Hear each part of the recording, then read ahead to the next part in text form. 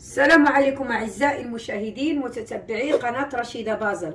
كيف العاده نبداو الفيديو ديالنا بالصلاه والسلام على سيدنا رسول الله. اليوم ان شاء الله من ضمن الكيكات التركيه حبيت نشارك معكم هذه الكيكه بالحليب من اخف والد يعني في قمه الطراوه اللي شفت في الكيكات، رائعه وزوينه.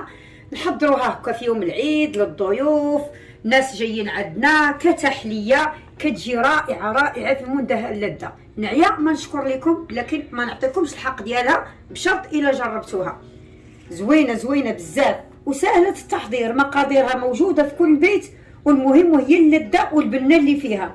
انا شفتها عجباتني بغيت نديرها، قلت علاش لا لي ما نشاركها معاكم. الا كنتوا اول مره كتشوفوا القناه ديالي ما تنساوش تشجعوني، تخليوا لي كومونتيرات زوينين واللايكات ديالكم والتعاليق اللي كيعجبوني بزاف. الحمد لله، يعني التعاليق كل اللي كنشوف ايجابيه وزوينه ورائعه ومشجعه. يلا تابعوا معايا المقادير وطريقه التحضير، رغم ان فيها تحضيرات لكن سهله، والله سهله بزاف بزاف بزاف. يلا الى الوصفه. بالنسبه للمقادير ديال هذه الكيكه كنحتاجوا في الطبقه الاولى عندي هنا 5 البيضات، 5 البيضات، واحد 10 غرام ديال البيكن باودر، عندي 210 ديال الطحين، 2 اكياس فاني، 200 غرام ديال السكر حبيبات، وعندي واحد الرشه ديال الملح. اول حاجه غادي نبدا بها ندير الرشه ديال الملح،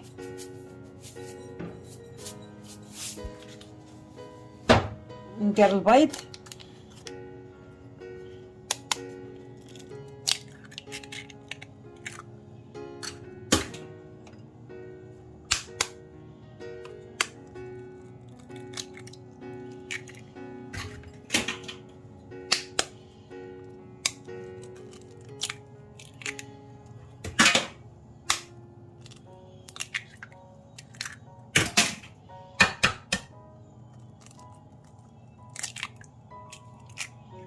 نطلع البيض ديالي مزيان،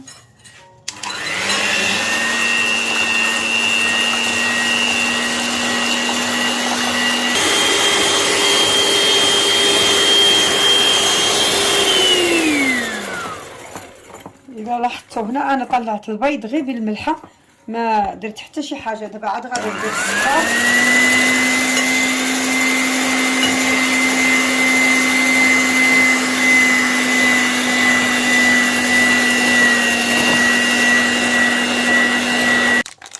دابا انا غادي نضيف الاكياس ديال الفاني بجوج،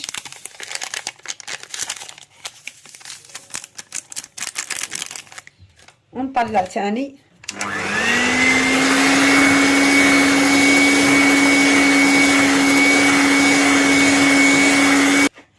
دابا غادي ناخذ البيكن باودر كي قلنا حوالي 10 غرام،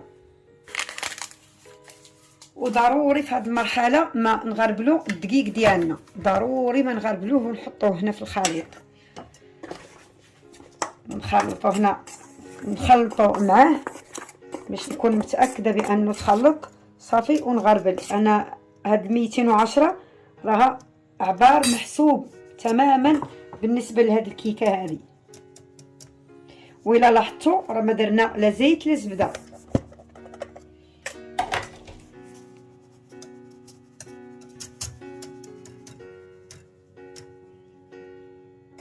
ودابا عاوتاني نخلطوا هذا الدقيق بهذا الطراب هذا. واللي ما بغاش يستعملو وعنده يعني السرعه في ايده بالضراب اليدوي يستعمل الضراب اليدوي، انما هذا كيعاوننا.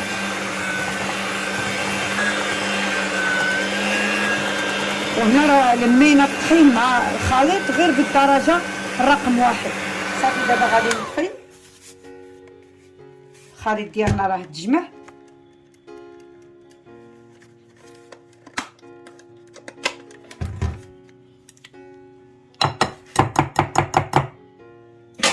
نعاودو نلمو الاطراف ديال هاد الطاسه هذه.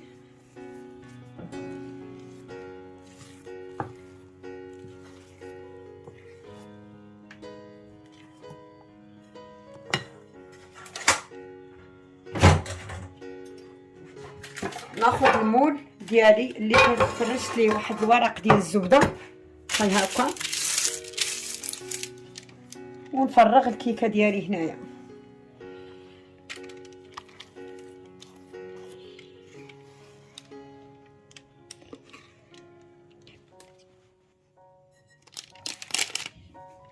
نسرحوا هاد الكيكه ديالتنا على الطاوه كلها بالتساوي.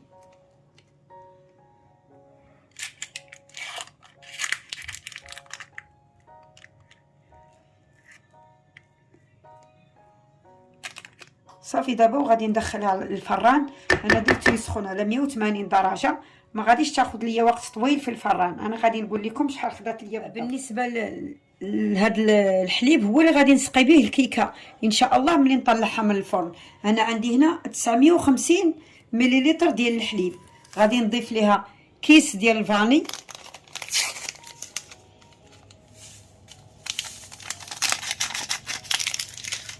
وغادي نضيف 100 غرام ديال السكر، غادي نضيف علبه ديال القشطه. هاد القشطه كريميه زوينه بزاف، قشطه البوك ولا كل واحد يعمل الكريمه اللي عنده. واللي ما عندوش هذه يدير الخليط ديال الحليب يبدلو بالكريمه السائله. صافي يدير غير الكريمه السائله ويدير فيها السكر ويدير فيها الفاني وصافي. دابا غادي ندوبو هاد السكر مع هاد الشيء، لازم يذوب لينا السكر مزيان مزيان. هاد الشيء انا علاش درتو بكري باش يذوب مع راسو بما طيب الكيكه وتبرد ونسقي بها ان شاء الله. انا عندي هنا علبه ديال الكريمه ديال الخفق من وزن 500 مليلتر، غادي نشدها نخويها هنا.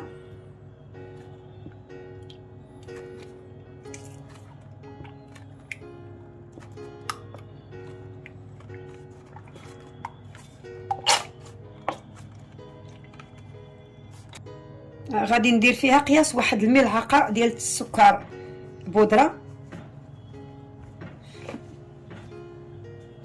وغادي نطلعها حتى هي مزيان نوجدها.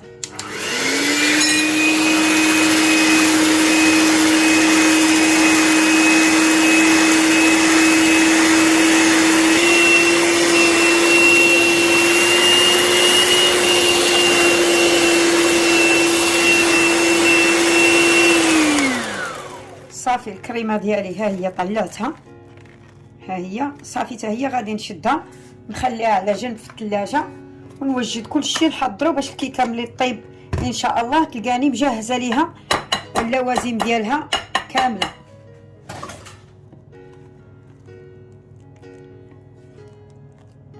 القوام ديالها رائع ما شاء الله. صافي دابا ندخلها للثلاجه.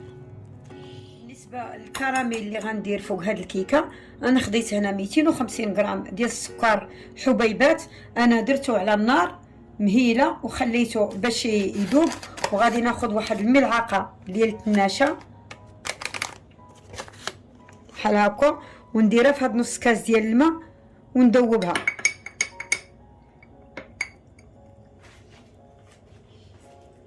على بال ما يوجد ليا السكر هي تذوب مزيان حتى هي، وغادي نوجد عاوتاني الماء سخون باش نطفي الخليط.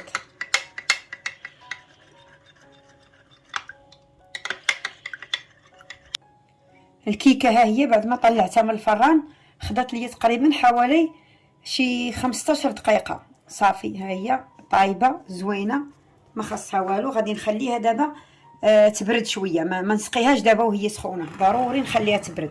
انا موجده ليها السقوه ديالتها ديال الحليب ها هي، غير باش تبرد نعاود نزيل ليها داك الورق اللي تحتها ونقادها معكم. تتبعوا معايا كل شيء ان شاء الله، غير تبعوا الفيديو حتى الاخر وتشوفوا كيفاش غتجي ناجحه وزوينه. بدا كيذوب، حنا بغيناه يكون غامق واحد شويه، ان هاد الكراميل فوق هاد الكيكه لازم يكون غامق ما يكونش لونه فاتح.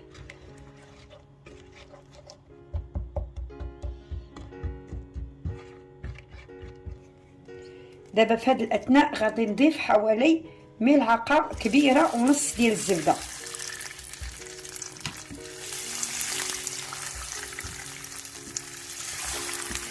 حركوها باش تذوب هادشي علاش ملي نكونو نديرو في هاد الكراميل ناخدو شي اناء اللي يكون هكايا غارق، ما ناخدوش مسطح باش ما يطيرش علينا. راكم عارفين الطشطشه ديال الكراميل باش ما نتحرقوش ما حتى شي حاجه، ناخدو ديما اناء يكون غارق.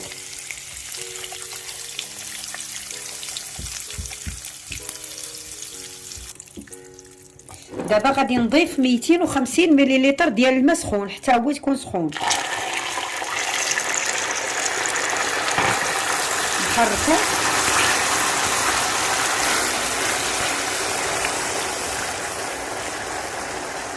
مع درناه سخون ما غاديش يوقع علينا ديك التكتلات ديك اللي كيتحجر، ما نخافوش ما غاديش يكون عندنا كاع داك التحجار نهائيا. شوف بسرعه كيتفك السكر بسرعه بسرعه بسرعه. دابا غادي نضيفو الماء والمايزينا اللي ذوبنا.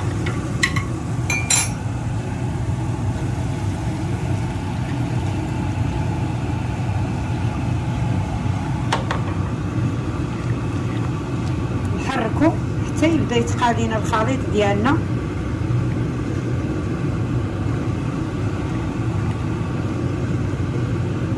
هذا هو اللون ديال الكراميل اللي انا بغيت، هو هذا اللي كيجي فوق هذيك الكيكه، كيجي زوين، كيجي مغموق وزوين، ماشي يكون لونه فاتح، يكون لونه بحال هكا. صافي دابا نحركو ما نزقاوش في هذه المرحله من التحراك، ونطفي ونخلي هذا الخليط ديالي غير على داك الصهد اللي كتبقى شاده ليا البوطه. انا طفيت عليه صافي راه طافيه.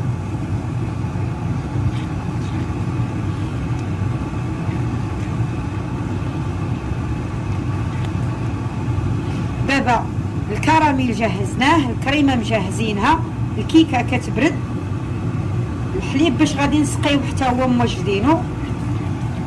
ما علينا دابا غير الدريساج الاخر ان شاء الله.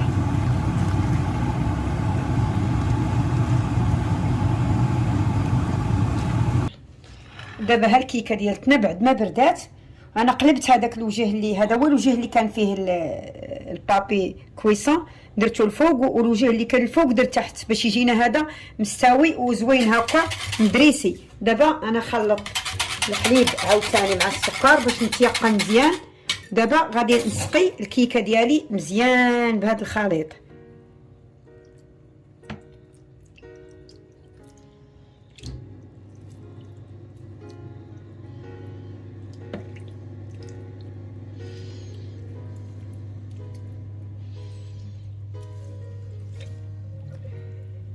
نخليها تشرب،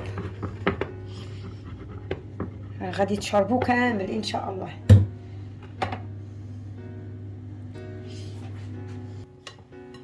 دابا بعد ما سقينا الحليب ننزلو بالكريمه.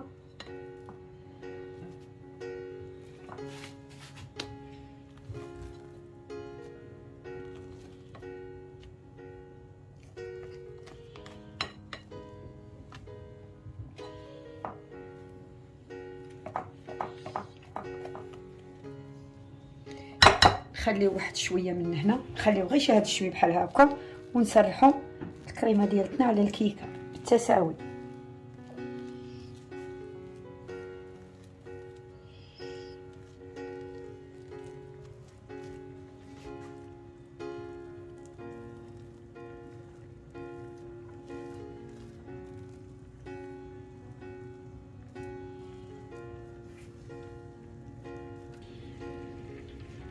صافي دابا هاني سديت هاد الكريمه وسرحتها فوقها كاملين، ودرت هذيك الاداه اللي فيها هاد الخطوط هكا عجبوني، بغيت نديرهم فيها من الفوق درتهم.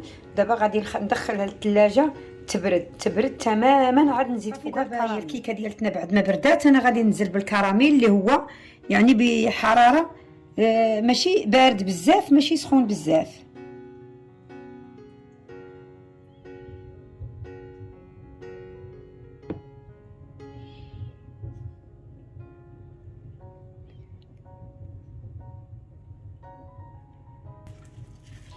دابا بعد ما درت الكراميل انا غادي ندير واحد الخطوط بداك الكريمه اللي خليت بحال هكا، خطوط طويله ولا في العرض ولا كيف ما درناها ماشي مشكل.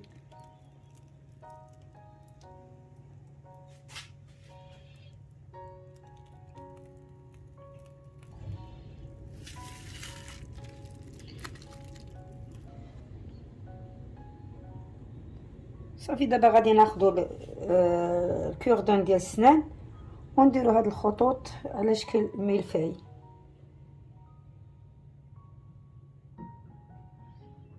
نرجعو بالعكس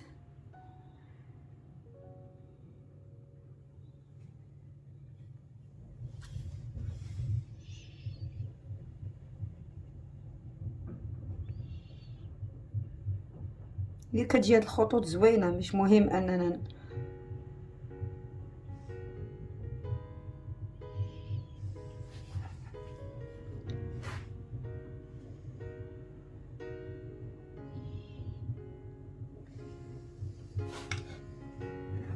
صافي. دابا هو الشكل النهائي ديالها. دابا غادي نشدها وندخلها للثلاجه. هذه في حالات كانوا جايين عندنا مثلا الضياف في العشيه نديروها مع الصباح، كانوا جايين في الصباح في الغد لين نديروها في الليل. بحال دابا انا غدا غادي اباع عند شي بنات صحاباتي، انا صاوبتها دابا بالليل وغدا غنصيبها بارده شاربه مقاده الكراميل حتى هو يعني تروبوزا مع راسو، كلشي تقادد، كلشي هو هذاك. يلا الى اللقاء في فيديو قادم ووصفه جديده ان شاء الله، ونتمنى انها تنال الاعجاب ديالكم. ما تنساوش تعطيوني الراي ديالكم في التعاليق وقولوا لي شنو رايكم فيها. الى اللقاء والسلام عليكم.